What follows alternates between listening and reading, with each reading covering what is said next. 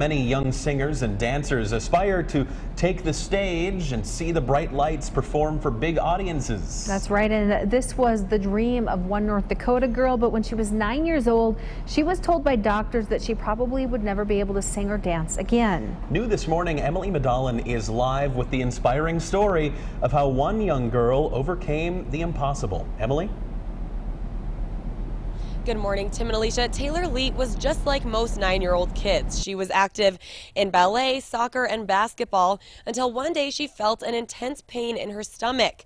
After that, her life took an unexpected turn when she ended up in and out of the hospital for 10 years. But she says she never lost the hope of being able to follow her dreams. I mean, I was like writhing in pain and nothing would help it. Meds didn't help it or anything. At just 9 years old, Taylor Leet's life came to a screeching halt when doctors told her family that the unthinkable was happening. She had a very massive tumor covering her heart, chest, collapsed her right lung, was basically shutting off the main blood supply in her abdomen. They eventually discovered that it was a benign lymphangioma tumor, forming a kind of spider web throughout her torso. This is only the second documented case of this ever happening. It was devastating news. We could hardly comprehend it. I was in pain every day. Taylor and her family were flown to Mayo Clinic, where she underwent surgery after surgery over the next several weeks. And the whole family felt her pain. Because my poor parents. As a parent, you wish you could step in and just take that pain for them.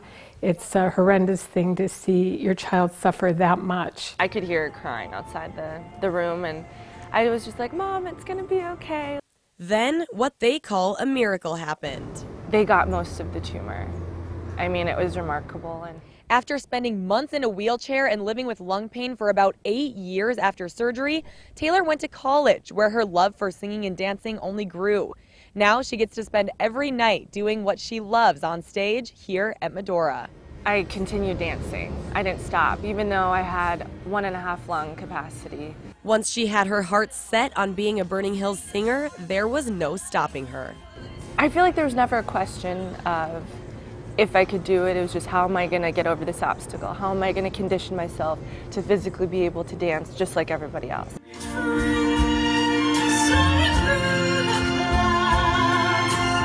Now Taylor is 27, and this is her second year at Medora.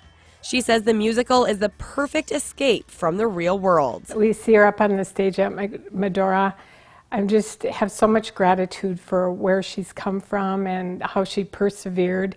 She was never one to be defined by her tumor or by her illness. You know, if people do notice the scar or they know my story, I hope they feel inspired, like you can do anything.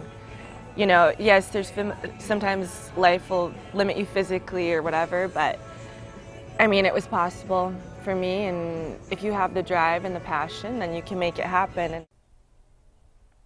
What an absolutely remarkable story. I have to say, I got goosebumps when I was speaking with both Taylor and her mother. Really amazing people. And right now, I'm actually at the stage here at the Medora Musical, where she will be performing every night for the rest of the summer with all of the other Burning Hills singers.